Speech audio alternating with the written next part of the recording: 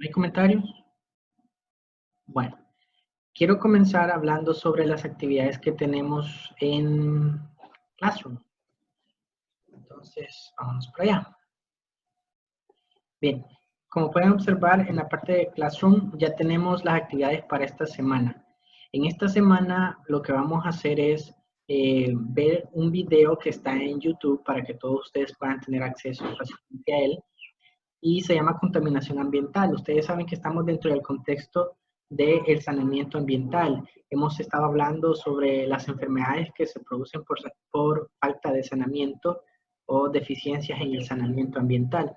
Entonces también vamos a ver el componente de la contaminación ambiental en el sentido de cómo la actividad humana genera daños sobre el medio ambiente y cómo el medio ambiente dañado repercute sobre la salud de nosotros. Por ejemplo, cuando nosotros utilizamos combustibles fósiles y la combustión de los mismos la utilizamos para el transporte de vehículos, pero que estos a su vez producen desechos que contaminan el aire y cómo nosotros aspiramos ese aire contaminado y entonces ahora padecemos de enfermedades respiratorias. Ok, entonces esa relación es la que quiero que logren identificar o analizar. Más adelante vamos a hacer otra clase de trabajo ya un poco más de análisis a partir de esto, pero precisamente eso es lo que se pretende, que ustedes vayan relacionando estos elementos que no es en sí que la naturaleza se vengue de nosotros, es que es una consecuencia directa a partir de las acciones nuestras. Entonces no es un castigo divino ni es una cuestión de la naturaleza, es tan simple como que lo que acabamos de mencionar como ejemplo. Los acabo de silenciar a todos porque pues se escucha por ahí algo de ruido. Vale, como les explicaba, entonces vamos a ver este video. Hay una guía que la vamos a contestar. Está anexada a esta publicación. Son varias preguntas. Conforme vayan viendo en el video, ustedes lean primero la guía de preguntas para que cuando suene algo relacionado a esa pregunta ustedes puedan contestarla sin mayor dificultad. Además es un video en YouTube, así que ustedes pueden pausarlo y retrocederlo y hasta tener la respuesta correcta. ¿Ok?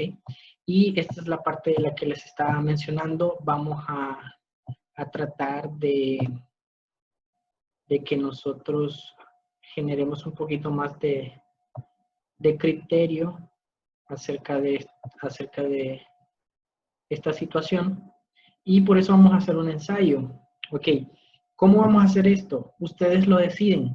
Si ustedes lo quieren hacer en su cuaderno, hágalo en su cuaderno y pues le toman las fotos de las formas en las que ya vimos que podemos tomarle las fotos para convertirlas automáticamente a PDF utilizando Microsoft Lens o otros descargaron otras aplicaciones y eso está muy bien, lo que mejor funcione para ustedes.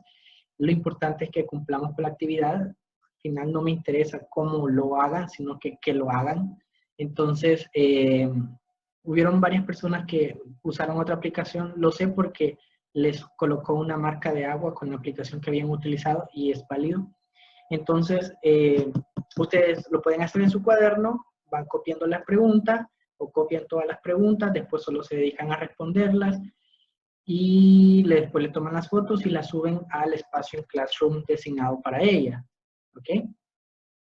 Que en este caso ya estaría aquí como una actividad o trabajo que hay que realizar en la parte de tareas. Entonces ahí tendríamos la entrega de la guía de video. Entonces solo haríamos clic ahí, nos va a aparecer, bueno, en el caso mío me aparece así porque me aparece cuántos la tienen asignada, cuántos la han entregado, pero a ustedes les va a salir el espacio ya para poder subir su documento o sus documentos. Ya saben que pueden subir hasta 30 documentos en el mismo espacio. La segunda parte, digamos, aparte de contestar las preguntas, es desarrollar un ensayo de 200 palabras. Ya hemos hablado sobre hacer ensayos, ya saben cuáles son las partes que lleva un ensayo, ya saben que entonces 200 palabras no es mucho realmente. Entonces, y un ensayo es es de mi cabeza, son las ideas que en mi cabeza pare a partir de un tema, y en este caso va a ser lo que ustedes han observado ahí. Entonces, me gustaría que me hablen sobre las acciones individuales y colectivas que debemos desarrollar para disminuir y revertir los efectos de la actividad humana sobre el medio ambiente de manera que tengamos un mundo sustentable para las futuras generaciones. Entonces, ustedes vean el video y pónganse a pensar qué se puede hacer, qué podemos hacer, tanto de manera individual como de manera colectiva, para que, si bien es cierto, sigamos llevando a cabo actividades humanas, estas no repercutan o que su impacto sea lo menor posible hacia nuestro planeta, de manera que podamos heredar a las futuras generaciones un mundo más sostenible. De eso se trata. Ok. En este punto, ¿existe alguien que tenga alguna duda sobre la tarea que vamos a cumplir para esta semana? Solo tienen esta semana para hacerla. ¿Dudas? Ya saben que pueden levantar la mano o pueden activar su audio y podemos resolver las dudas. Ok, si no tienen duda, entonces también paso a lo siguiente. Quiero hablar, sobre, hicimos la prueba y las notas. Ustedes vieron los puntajes allá al finalizar el formulario, pero yo sé que algunos ya hicieron esto, entraron a la parte de notas en Classroom y no han visto su nota, no les aparece su nota. Eso es porque ahorita yo tengo una cuenta personal, esta es una cuenta personal, entonces no aparece todavía la opción de poder importar las notas. Cuando ya tengamos la cuenta institucional, sí nos va a aparecer. Entonces, nos va a aparecer la opción de importar las notas y nos van a aparecer aquí automáticamente. Para en este caso, yo las voy a agregar manualmente durante esta semana. Así que ya después ya van a poder tener sus notas aquí, así como tienen en este otro, y como van a tener en esta semana otra casilla. Y así vamos a ir armando las notas de cada uno de ustedes. Entonces, quiero hacer una aclaración. Tuve una equivocación aquí en la publicación. Según yo ya habíamos terminado con la parte de las enfermedades causadas por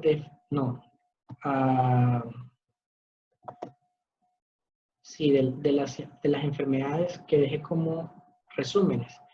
Pero me di cuenta que no, nos hace falta gastroenteritis, hepatitis A y rabia, así que la voy a terminar en esta sesión rápidamente para que el viernes sí podamos iniciar con la presentación de enfermedades producidas por deficiencias higiénicas. Entonces voy a terminar con estas tres para que podamos comenzar.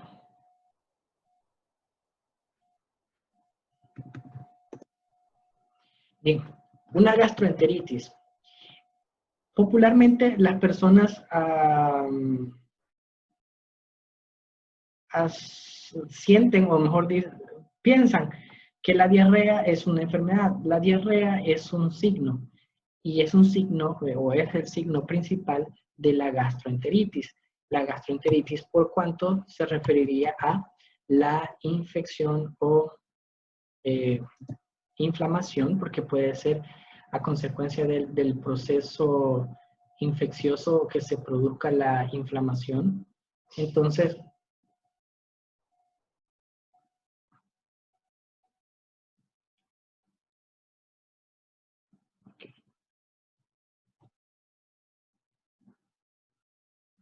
ok. Bien. Pero la gastroenteritis etimológicamente, pues obviamente itis significa inflamación o infección. El gastro se refiere al estómago y entero se refiere a los enterocitos, es decir, al intestino delgado. Entonces, cuando hablamos de una gastroenteritis, estamos hablando de un proceso infeccioso que puede abarcar desde el estómago hasta el intestino. El signo principal, obviamente, es la diarrea, pero diarrea no es enfermedad, es un signo. La enfermedad de gastroenteritis. Ahora, la gastroenteritis puede ser causada no solo por bacterias, sino que también puede ser causada por virus, como rotavirus, obviamente puede ser causada por bacterias como las Escherichia coli enterotoxigénicas, hemorrágicas y demás, Shigella, Salmonella, Campylobacter, bueno, etcétera, en cuanto a bacterias, las del género Enterobacterias, de la familia Enterobacteriaceae. Y puede ser causado por parásitos, diferentes clases de parásitos, tanto protozoarios como helmintos. Entonces, la enfermedad como tal, la gastroenteritis, puede ser de múltiples causas. Incluso podemos tener gastroenteritis que sean de origen toxoide o tóxicas. Es decir, por ejemplo, Escherichia coli enterotoxigénica lo que produce es una toxina. Incluso rotavirus produce una proteína que pareciera o funciona como que si fuera una toxina. Entonces, la gastroenteritis se produciría no solo por la acción concreta o directa del agente patógeno sobre el intestino delgado, que sí es cierto, puede ser.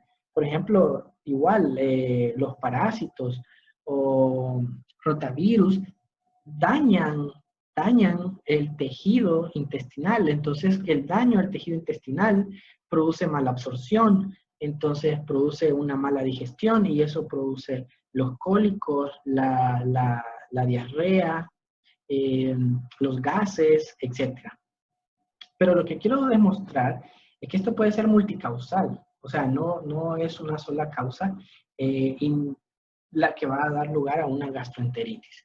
Puede ser aguda o crónica en el sentido de el tiempo que esta dura, es decir, aguda estamos hablando de inferior a 2 semanas y crónica estamos hablando de superior a 3 semanas.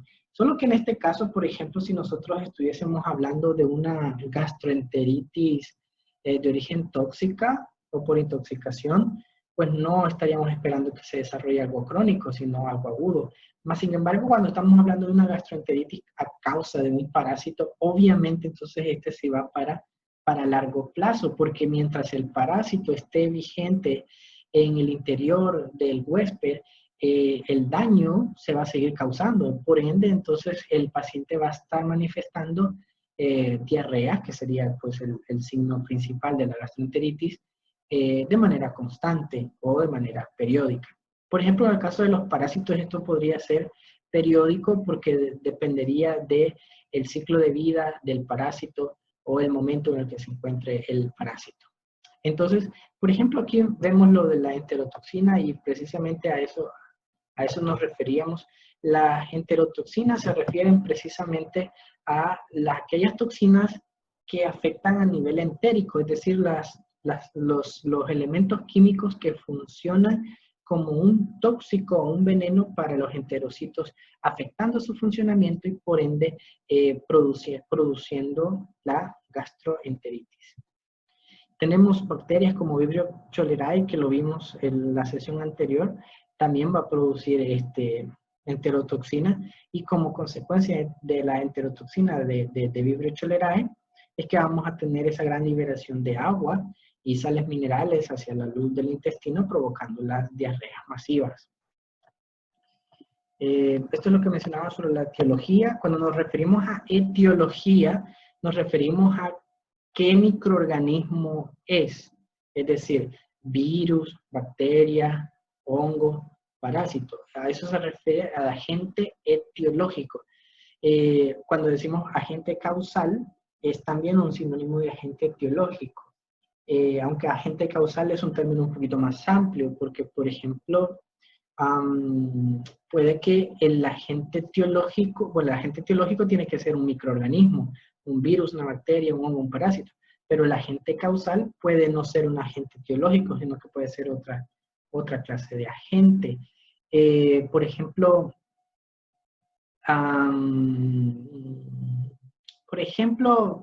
solo para tener una idea, pero está bastante burdo el ejemplo, no todas las diarreas pueden ser de origen etiológico, es decir, causada por una bacteria, un virus o un parásito, sino que puede ser, por ejemplo, el alto consumo de grasa, haber consumido grandes cantidades de grasa en muy poco tiempo pueden generar una diarrea por una mala digestión. y ahí no hay participación de ningún agente etiológico, pero sí entonces el agente causal aquí fue el exceso de grasa. Entonces, agente causal es un poco más amplio, agente etiológico se refiere a que sea virus, bacteria, hongo o parásito, ¿ya? Pero los dos se usan muy cercanos los términos porque pues sí se refieren a quién causa o a qué causa el problema. Y cuando hablamos de agentes etiológicos, pues solo nos podemos referir a enfermedades infectocontagiosas, solo en ello se aplicaría. Bueno, dentro de los signos y síntomas, si bien es cierto, el principal va a ser la diarrea, no quiere decir que va a ser el único y no quiere decir que vayan a estar presentes todos. Esto depende del agente causal o el agente etiológico en cuestión. Entonces, en algunos casos se va a producir, aparte de la diarrea, flatulencia, algunos van a tener anorexia, es decir, no va a haber deseo de comer, gases, vómitos, náuseas, retortijones, que es pues, dolor o cólico, ruidos intestinales. Entonces, todos esos van a ser signos y síntomas de una gastroenteritis. Se van a encontrar en mayor o en menor medida, pues dependiendo. En el caso, por ejemplo, si estamos hablando de una gastroenteritis de tipo infecciosa, bacteriana, pues obviamente a mayor actividad bacteriana y por más tiempo se mantenga la infección, pues se van a ir agravando más los signos y síntomas. A diferencia, por ejemplo, de una infección intestinal viral, en donde pues los virus tienden a autolimitarse, entonces se van incrementando los signos y síntomas, se llega a una cúspide y luego estos empiezan a disminuir. No así, por ejemplo, con los parásitos al ser cíclicos, entonces, por ejemplo, hay unos días en los que hay cuadros más agudos, o se acentúan unos signos y síntomas, otros días pareciera que ya se curó, que no tiene nada el paciente y después vuelven a aparecer. Y esto es porque los parásitos son cíclicos, entonces, según la etapa en la que se encuentren, así se pueden experimentar o no signos y síntomas o la intensidad de los mismos va a variar. Obviamente, para poder hacer un diagnóstico de una gastroenteritis, lo más lógico es pues la toma de una muestra de heces para poder examinarla al microscopio y poder entonces de esa manera descartar a los parásitos. Pero ya de ahí lo que nos toca es, si no hay parásitos, descartar a las bacterias. Se pueden hacer los coprocultivos o se puede hacer gram de las muestras, etcétera.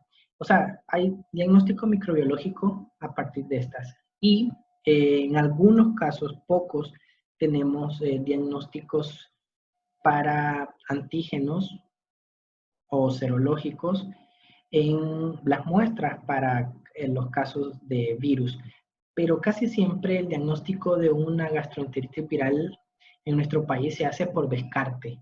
Es decir, si no hay parásito, si no hay bacteria, lo que me queda es que sea un virus el que me esté causando el problema de salud. Recordemos que las infecciones por hongo aparecen solo en las personas con sistemas inmunes bajos, es decir, las personas inmunocompetentes. Y si hubiese un problema por hongo, se podrían ver en el examen microscópico. Así que dentro del descarte de los parásitos y las bacterias se puede hacer el descarte también de los hongos como agentes etiológicos de la gastroenteritis en ese paciente. El tratamiento obviamente varía porque como el agente causal puede ser distinto, entonces no le puedo dar el mismo tratamiento a las personas. El tratamiento depende, si pues al hacer los estudios microbiológicos resulta que lo que usted tiene es un problema por parásitos, pues darle un antiparasitario. Si lo que resulta es que usted tiene un problema bacteriano, pues darle un antibiótico. Si resulta que es viral, pues solo mejorar los signos y síntomas, por ejemplo, en el caso de rotavirus es controlar la deshidratación que se produce porque para los virus no hay tratamiento, solo sintomático. Entonces hay que solo mantener al paciente porque, como ya expliqué, los virus crecen en su sintomatología porque pues están creciendo, se están multiplicando ellos y causan más daño al tejido, llegan a un momento de cúspide y luego ellos mismos van disminuyendo, van desapareciendo.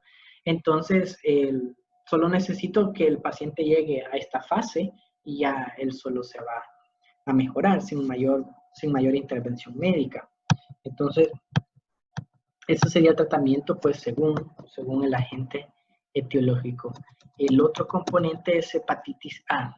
Bueno, de las hepatitis tenemos hepatitis A, B, C y D. Si ustedes ven en esta imagen no aparece la hepatitis D y esto es porque la hepatitis D tiene como requisito que para que se produzca debe de estar el hepatitis B, porque el genoma de la hepatitis D es tan pequeño que ni siquiera puede codificar sus propias proteínas. Entonces, para poder subsistir, debe de existir en principio el hepatitis B para que valiéndose de las proteínas y enzimas que ha codificado el hepatitis B, pueda entonces sintetizarse a la hepatitis D. Ahora, la hepatitis A es la asociada a la vía de transmisión fecal-oral y entonces va a causar problemas hepáticos, pero también va a causar problemas como la fiebre, la ictericia, obviamente diarrea, y eso va a afectar más que todo a los niños. No es que los adultos no se puedan infectar, pero va a causar mayor problema, obviamente, en el caso de los niños. La hepatitis A no tiende a causar mayores problemas hepáticos en la mayor parte de los casos, pero sí puede, en muy pocos casos se ha reportado problemas hepáticos severos.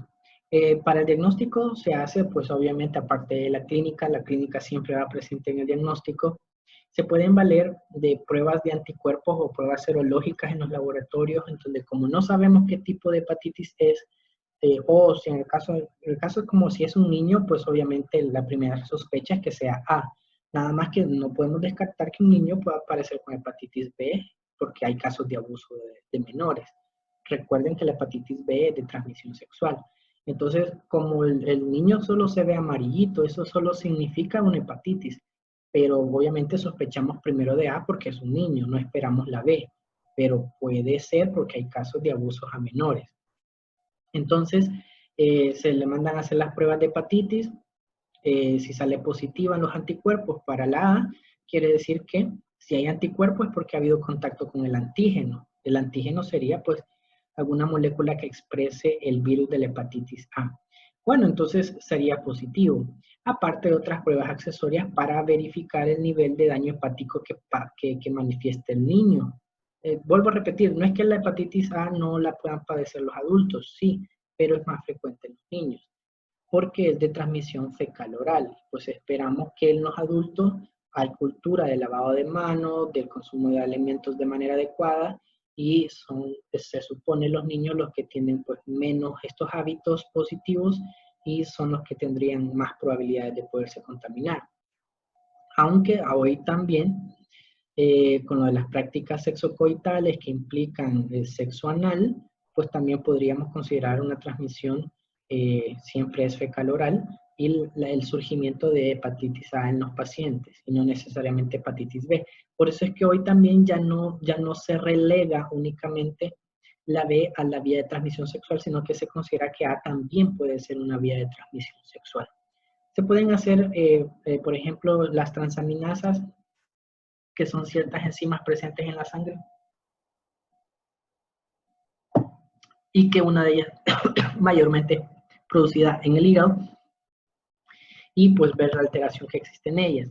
Los niveles de bilirrubinemia, es decir, los niveles de bilirrubina en sangre, que esperamos que se encuentren por debajo de 1 miligramo sobre decilitro, más allá, y pues la diferenciación entre si es directa o indirecta, para conocer pues cómo está lo del daño hepático.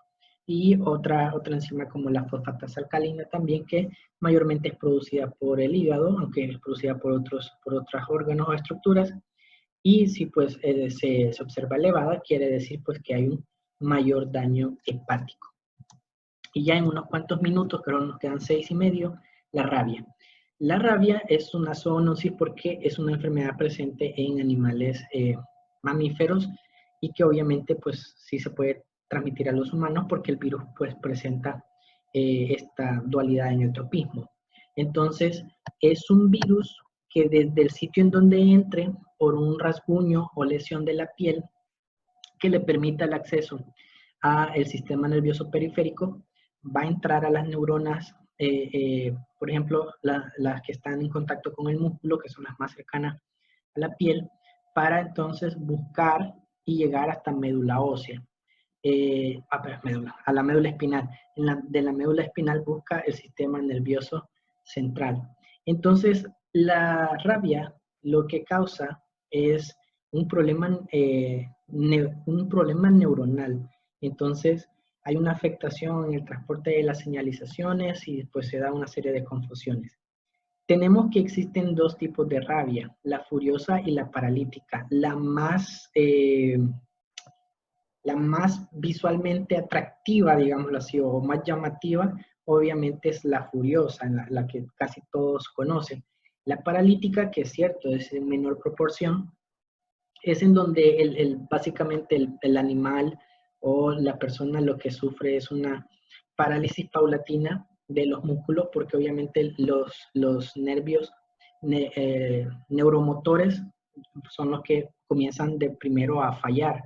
Entonces se empieza a observar que el paciente va perdiendo poco a poco la movilidad, se va paralizando, hasta que se paran, por ejemplo, músculos importantes para la respiración, como el diafragma, se para el corazón porque es un músculo, y entonces el paciente muere de un paro cardiorrespiratorio. Hoy por hoy tenemos problemas con el diagnóstico porque es básicamente clínico y es a partir del animal. Si el animal muestra indicios de que sí tiene y que porta pues al virus de la rabia, entonces hay altas sospechas de que la persona que ha sido atacada esté contaminado con el virus y hay que iniciar el tratamiento profiláctico post-exposición lo antes posible. El tratamiento post-exposición profiláctico consiste en la administración de un anticuerpo, de un suero, que lo que va a hacer es darle una inmunidad pasiva al paciente, pero a la vez se inicia el tratamiento de la inmunidad activa con las vacunas, de manera que el paciente también pueda generar sus propios anticuerpos que le sirvan a largo plazo. La administración de la inmunoglobulina antirrábica es una situación de emergencia, es para que si el virus ya entró, no se le dé chance a que se pueda multiplicar y de esa manera no pueda llegar a causar sintomatología, porque cuando una persona ya desarrolla signos y síntomas de rabia, quiere decir que ya llegó al sistema nervioso central. Y 9 de cada 10 pacientes que ya manifiestan sintomatología de rabia se van a morir. Entonces ya es muy difícil sacar a una persona de ese estado. Así que lo que se trata de evitar es que el virus no pueda multiplicarse al entrar, no tenga tiempo suficiente para poder diseminarse por el cuerpo, sino que la presencia de la inmunoglobulina antirrábica humana evite eso, ¿ok? Entonces, en eso se refiere. Esa por ende, no es una vacuna, es una inyección en la que se administran anticuerpos que se han formado por sensibilizar a otra persona. Se le han extraído esos anticuerpos y se han puesto en ese vial y se le están transmitiendo a la otra persona. Entonces, eso se llama inmunidad pasiva, ¿ya? Porque solo estoy recibiendo los anticuerpos. Pero en nuestro esquema de vacunación, en nuestro sistema de salud, hay un esquema de vacunación en donde el tratamiento profiláctico post-exposición dice que te van a colocar la inmunoglobulina antirrábica si hay sospecha, obviamente. Si no hay sospecha, no. Y luego comenzás con el tratamiento de las vacunas también. Por eso es que se hacen tantas vacunas, porque la idea es que la primera te sirva, que es la inmunoglobulina, te sirva para que si el virus entró, no tenga chance de reproducirse, porque ya vas a tener anticuerpos. Y las siguientes vacunas con sus refuerzos son para que vos generes tus propios anticuerpos. Entonces, el punto es que para producir nosotros anticuerpos nos tardamos más de 3 semanas, pero el periodo de incubación de la rabia, si bien es cierto, puede llegar hasta meses, hasta 3 meses, puede desarrollarse en semanas. Entonces, pueda que no te dé tiempo suficiente para poder producir tus propios anticuerpos. Entonces, no nos vamos a arriesgar porque cuando ya aparezca la sintomatología, hay 9 en 10 de que te vas a morir. Entonces no hay que arriesgar tantísimo al paciente, sino que de una sola vez se comienza el tratamiento. Cuando hay sospecha alta de que el paciente sí ha tenido contacto con el virus. ¿Cómo así?